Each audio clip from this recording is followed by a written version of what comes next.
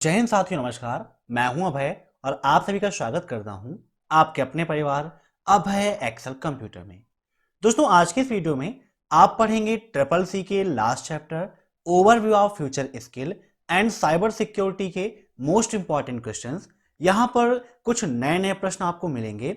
साथ ही साथ triple C की पिछली परीक्षाओं में जो क्वेश्चंस काफी ज्यादा पूछे गए हैं वह भी आपको यहां पर मिलेगा। साथ ही साथ दोस्तों, कल 4 दिसंबर शाम 4 बजे आप सभी के लिए मैं लेके आ रहा हूं ट्रिपल सी की महा मैराथन क्लास। अभी तक मैंने आपको ट्रिपल सी की 5-6 मैराथन क्लास कराई थी, लेकिन कल 4 दिसंबर शाम 4 बजे से लेकर 12 बजे तक मैं आपको कराऊंगा ट्रिपल सी की महा मैराथन क्लास, जिसमें हम 1100, ठीक है, 1100 प्रश्नों को डिस्कस करने वाले हैं। अगर आप ट्रिपल सी एग्जाम को टॉप करना चाहते हैं तो ट्रिपल सी के 1000 वीडियो को देखने से अच्छा है कि ट्रिपल सी का एक वीडियो देखिए जिसमें आपका पूरा सिलेबस कंप्लीट हो जाए। तो कल शाम 4 बजे आप सभी लोग मेरे साथ तैयार रहिए। तो टाइम वेस्ट ना करते हुए चलिए शुरू करते हैं आज की एक क्लास। और क्लास को स्टार्ट करने से पहले वीडियो को आप ज्यादा से ज्यादा शेयर कर दीजिए ताकि ज्यादातर स्टूडेंट्स मेरे साथ जुड़ सकें और आसानी से ट्रिपल सी का एग्जाम टॉप कर सकें। पहला क्वेश्चन है आपका, इंफॉर्मेशन सिक्योरिटी के अंतर्गत CIA का पूर्ण रूप क्या है? बताइए। What is the full form of CIA under information security? इन सभी प्रश्नों को आप मॉक टेस्ट के रूप में लेते रहिए और कमेंट बॉक्स में आंसर्स देते रहिए। वीडियो के लास्ट में आप जरूर बताइएगा कि आपके कितने क्वेश्चन सही हुए हैं।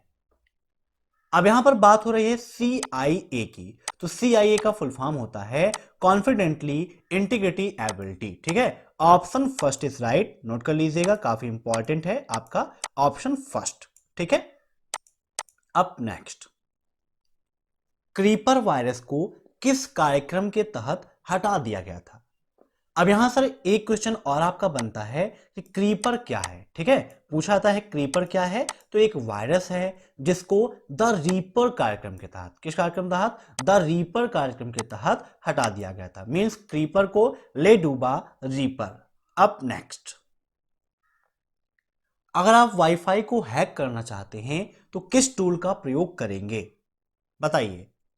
एक क्वेश्चन ये भी पूछ सकते हैं कि वाईफाई को हैक करने के लिए किस टूल का उपयोग किया जाता है। आपके ऑप्शंस हैं Wireshark, Nessus, Aircrack NG या फिर इनमें से कोई नहीं।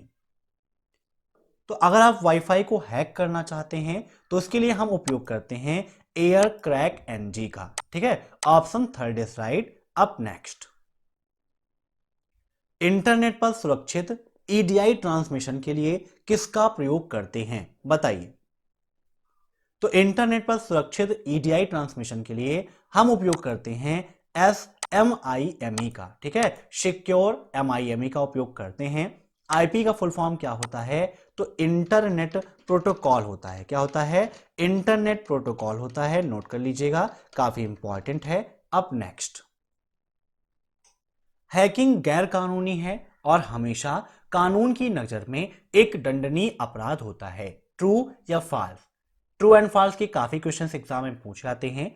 कभी कभी किसी किसी के एग्जाम में मात्र 5 से 10 क्वेश्चन ट्रू एंड फॉल्स के आते हैं, किसी किसी के एग्जाम में 15-20, किसी में 50 से ऊपर भी ट्रू एंड फॉल्स के क्वेश्चंस आते हैं। इसीलिए ट्रू एंड फॉल्स भी आपके लिए काफी ज्यादा इंपॉर्टेंट है। तो इसका राइट आंसर होगा ट्रू, ठीक है। हैकिंग गैर कानूनी है और जो गैर कानूनी होगा वो हमेशा दंडनीय अपराध के अंतर्गत आएगा। अब नेक्स्ट, एक फायरवॉल को राउटर में इंप्लीमेंट कर सकते हैं जो इंटरनेट से इंटरनेट को जोड़ने का कार्य करता है। बताइए, क्या किसी फायरवॉल को राउटर में इंप्लीमेंट कर सकते हैं जो इंटरनेट से इंटर को जोड़ने का काम करता है? तो इसका राइट आंसर होगा ऑप्शन फर्स्ट, ट्रू, ठीक है। अब नेक्स्ट, क्लाउड कंप्यूटिंग की विशेषता क्या है? बताइए। क्लाउड कंप्यूटिंग क्या है? तो इंटरनेट के माध्यम से जो भी सर्विस आप प्राप्त करते हैं वह कहलाती है क्लाउड कंप्यूटिंग। क्लाउड कंप्यूटिंग के अंतर्गत क्लाउड का मतलब ही होता है इंटरनेट। तो क्लाउड कंप्यूटिंग की खासियत क्या है? देखिए, सिक्योर भी काफी होती है, लागत भी इसमें कम लगती है और स्पीड भी इसकी तेज होती है। तो इसका राइट आंसर होना चाहिए ऑल ऑफ द अबव, ठीक है। नोट कर लीजिएगा, ऑल ऑफ द अबव। ये सारे क्वेश्चंस आपको हमारे 2000 क्वेश्चंस की जो पीडीएफ है उसमें मिल जाएंगे, जिसकी लिंक मैंने वीडियो के नीचे दे रखी है। वहां से आप अपना ईमेल वगैरह पुट करके ईमेल को डाउनलोड कर सकते हैं, पीडीएफ को ईमेल पर। अब नेक्स्ट, डीईएस स्टैंड फॉर, बताइए डीईएस का फुल फॉर्म क्या है? तो डीईएस का फुल फॉर्म होता है डिजिटल इनक्रप्शन स्टैंडर्ड। क्या होगा? Option second is right, digital encryption standard. अब नेक्स्ट, ट्रेंड माइक्रो एक प्रोग्राम है, ट्रू या फॉल्स? बताइए, क्या ट्रेंड माइक्रो एक प्रोग्राम है? तो बिल्कुल सही है, ट्रेंड माइक्रो आपका एक प्रोग्राम है। ट्रू एंड फॉल्स काफी इंपॉर्टेंट है। कल हमने 50 क्वेश्चंस आपके साथ डिस्कस किए थे ट्रू एंड फॉल्स के, और कल की शाम 4 बजे जो ट्रिपल सी महामैराथन क्लास में कराऊंगा उसमें भी मैंने लास्ट में 50 क्वेश्चन ट्रू एंड फॉल्स के रखे हैं। तो कल शाम 4 बजे आप सभी लोग तैयार रहिएगा। अब नेक्स्ट, एल्गोरिथम और फ्लो चार्ट की मदद से हमें यह जानकारी मिलती है कि समस्या को पूरी तरह से और स्पष्ट रूप से निर्दिष्ट करें। एल्गोरिथम होता क्या है? कंप्यूटर में हम जो भी प्रोग्राम तैयार करते हैं उसका हम स्टेप बाय स्टेप एक पूरा प्रोसेस तैयार करते हैं। जैसे कि घर बनाना होता है तो उसका एक पूरा मॉडल तैयार होता है ना, पूरा प्रोजेक्ट तैयार होता है कि भाई कहाँ पर किचन होगा, कौन सा रूम कितना बड़ा होगा, कहाँ पर विंडो होनी है ना। तो पूरा आप तैयार करते हैं, वैसे ही कंप्यूटर के अंतर्गत एल्गोरिथम और फ्लो चार्ट होता है। तो इसका राइट आंसर होगा ऑप्शन फर्स्ट, ट्रू। ठीक है। अब नेक्स्ट, असुरक्षित प्लगइन का दूसरा नाम क्या है? What is the another name for unsafe plugin? तो असुरक्षित प्लगइन का दूसरा नाम है मालवेयर। क्या है? Malware. Option first is right. ठीक है। अब नेक्स्ट, इंटरनेट ऑफ थिंग्स का आविष्कार कब हुआ? इंटरनेट ऑफ थिंग्स का मतलब क्या है? आईओटी। तो आईओटी का आविष्कार कब हुआ था बताइए। काफी इंपॉर्टेंट क्वेश्चन है, ट्रिपल सी एग्जाम में कई बार यह क्वेश्चन पूछा भी गया है। तो इंटरनेट ऑफ थिंग्स आईओटी का आविष्कार हुआ था 1999 में। नोट कर लीजिएगा, काफी इंपॉर्टेंट है। अब next, what is the full form of DHA? DHA का पूर्ण रूप क्या है बताइए।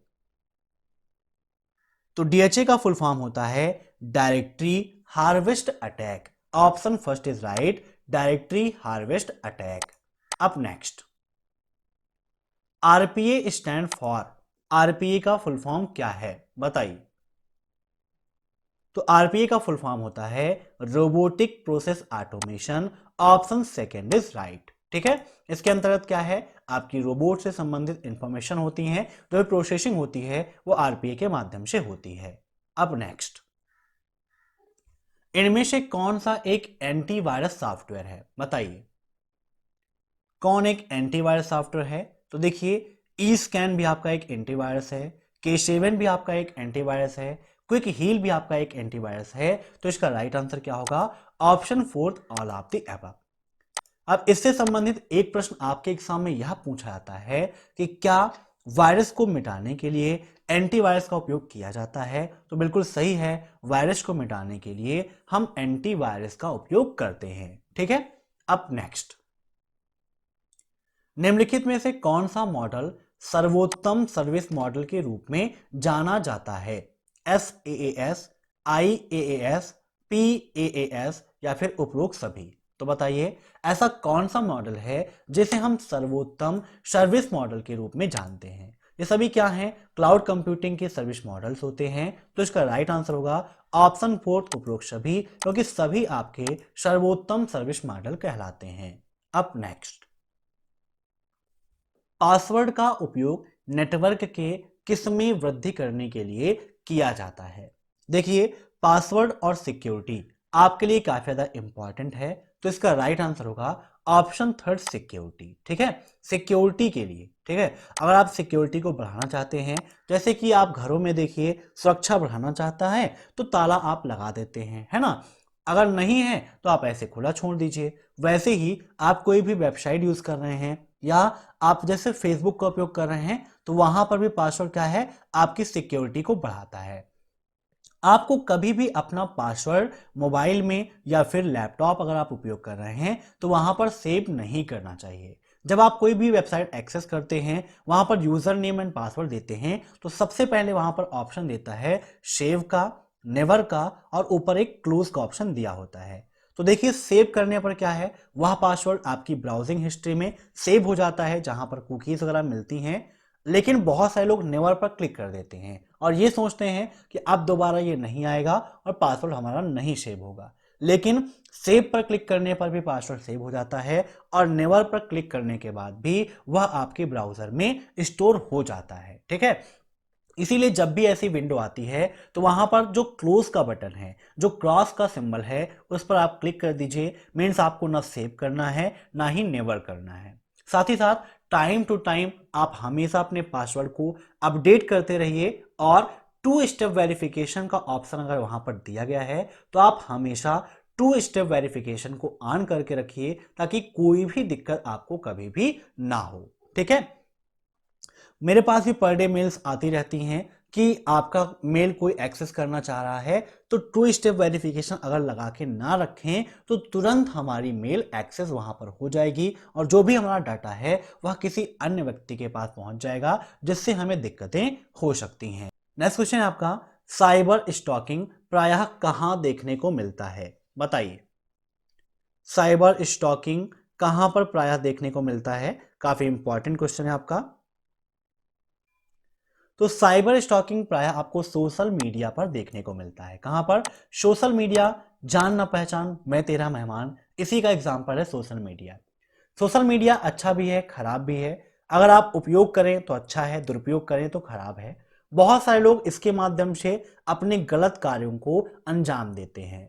सोशल मीडिया में क्या है कि हम बहुत ही जल्दी किसी अन्य पर ट्रस्ट कर लेते हैं, बातचीत करने लगते हैं और उसे अपनी डिटेल्स दे देते हैं। लेकिन कभी भी हमें अपनी पर्सनल इंफॉर्मेशन किसी भी ऐसे व्यक्ति के साथ नहीं शेयर करनी चाहिए जिसको हम भली भांति अच्छे से फेस टू फेस ना जानते हों। ठीक है, अब नेक्स्ट, वायरस एक कंप्यूटर से अन्य कंप्यूटर में कैसे फैल सकता है? बताइए, कोई वायरस है वो एक कंप्यूटर से अन्य कंप्यूटर में कैसे फैलेगा?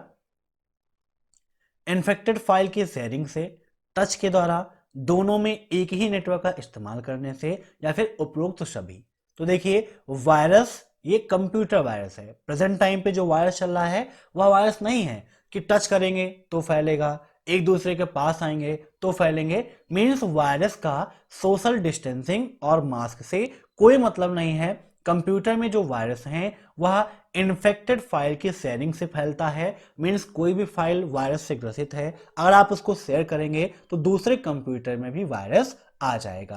तो राइट आंसर क्या होगा इसका? इन्फेक्टेड फाइल की शेयरिंग से। अप नेक्स्ट,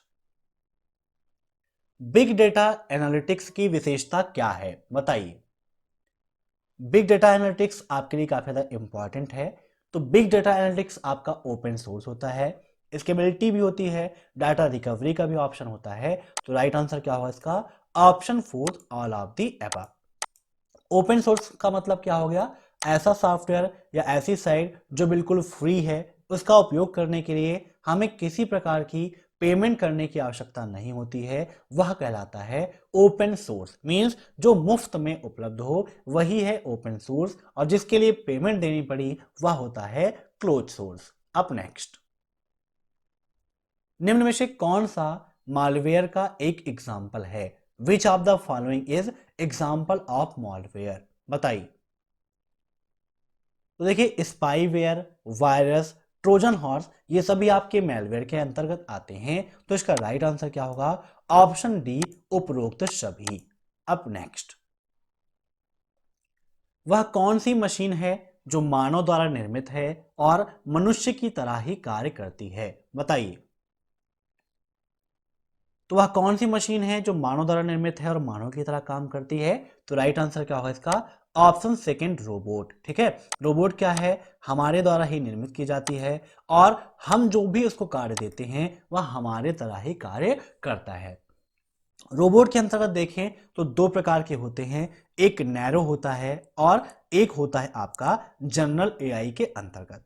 नैरो एआई क्या होती है? मीन्स जैसे कि किसी को बस एक तरीके के काम करवाया जाए, मीन्स कोई सिंपल वर्क है बस उसी से उसको रेगुलर कराया जाए, तो वह है क्या, नैरो एआई। मीन्स जिसको एक पर्टिकुलर टास्क दिया जाता है उसी में ट्रेन किया जाता है, वह कहलाता है नैरो एआई। और जनरल एआई में क्या किया जाता है, मनुष्य की बुद्धिमत्ता प्रदान की जाती है ताकि अगर कोई डिफिकल्ट टास्क आ गया, कोई ऐसी कठिन परिस्थितियां आ गई तो उससे आसानी से निपटा जा सके। ठीक है, तो याद रखिएगा। अब नेक्स्ट, निम्न में से किस प्रकार की वेबसाइट पर अपनी व्यक्तिगत जानकारी नहीं देनी चाहिए। ऑप्शंस हैं, अगर कोई वेबसाइट ऐसी है जिसके स्टार्टिंग में http:/ ना उपयोग किया गया हो, अर्थात वेबसाइट की जो शुरुआत है वो इसके द्वारा ना हुई हो, या ऐसी वेबसाइट जिसमें पैडलॉक ना लगा हो, या फिर ए एंड बी दोनों, या फिर इनमें से कोई नहीं। तो देखिए पर्सनल इंफॉर्मेशन, ठीक है, अगर आपने अपनी पर्सनल इंफॉर्मेशन ऐसी वेबसाइट पर दे दिया तो आप बहुत ज़्यादा पछताएंगे। तो अगर कोई वेबसाइट है वो इससे स्टार्ट नहीं हो रही है और वहाँ पर पैडलॉक नहीं होता है तो आपको कतई अपनी इंफॉर्मेशन को शेयर नहीं करना है। तो यहाँ पर इसका राइट आंसर क्या हो जाएगा, option third, A and B दोनों। अब नेक्स्ट, इंटरनेट ऑफ थिंग्स का आविष्कार किसने किया था, who invented the internet of things. तो इंटरनेट ऑफ थिंग्स का आविष्कार किया था केविन एस्टन ने, ऑप्शन सेकेंड इज राइट। ठीक है, याद रखिएगा, काफी ज्यादा इंपॉर्टेंट है।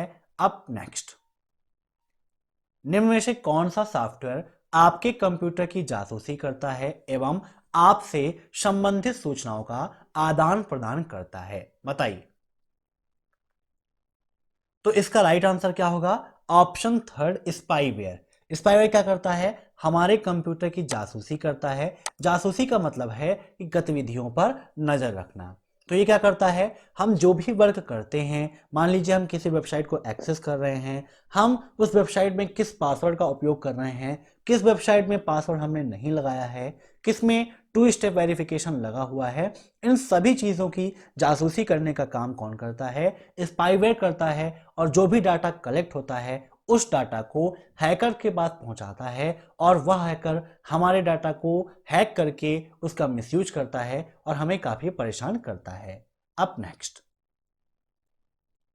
सिस्टम सिक्योरिटी में सेंध को पहचाना जाता है। सेंध कहां लगती है, जहां पर खोखलापन होता है अर्थात कमजोरी होती है। ऐसे ही सिस्टम सिक्योरिटी में सेंध लगाना है तो मीन्स उसमें घुसना पड़ेगा, उसको आपको यूज करना पड़ेगा। तो इसका राइट आंसर होगा option third, A and B. ठीक है, सेंध लगानी है, सेंध लगेगी कि नहीं लगेगी, आप हैक करने की कोशिश करिए। अगर हैक हो जाता है तो आपने सिक्योरिटी में सेंध लगा दिया, और अगर आप ना हैक कर पाए तो आप सिक्योरिटी में सेंध नहीं लगा पाए। ठीक है, तो याद रखिएगा, आज की वीडियो में बस इतने क्वेश्चंस। कल शाम 4 बजे आप सभी तैयार रहिए मेरे साथ ट्रिपल सी की महामैराथन क्लास में, जिसमें चैप्टर वाइज हम क्वेश्चंस को डिस्कस करेंगे। लिब्रे ऑफिस की शॉर्टकट कीज, लाइनक्स यूनिक्स की commands, founder names, full forms, model papers मैं आपको दूंगा। जो सितंबर, अक्टूबर और नवंबर में एग्जाम्स हुए हैं उसमें जो नए नए इंपॉर्टेंट क्वेश्चंस पूछे गए हैं उन सभी क्वेश्चंस का कलेक्शन आपको मिलेगा कल शाम 4 बजे। तो आप सभी लोग तैयार रहिए। अगर आपको यह वीडियो पसंद आया हो तो वीडियो को लाइक कर दीजिएगा, चैनल पर नए हैं तो सब्सक्राइब कर दीजिएगा, साथ ही बगल में जो बेल आइकन है उसे भी प्रेस कर लीजिए ताकि कल शाम 4 बजे आपको तुरंत अपडेट मिल जाए। Thanks for watching my video. फिर मिलते हैं नेक्स्ट क्लास में, तब तक के लिए बाय।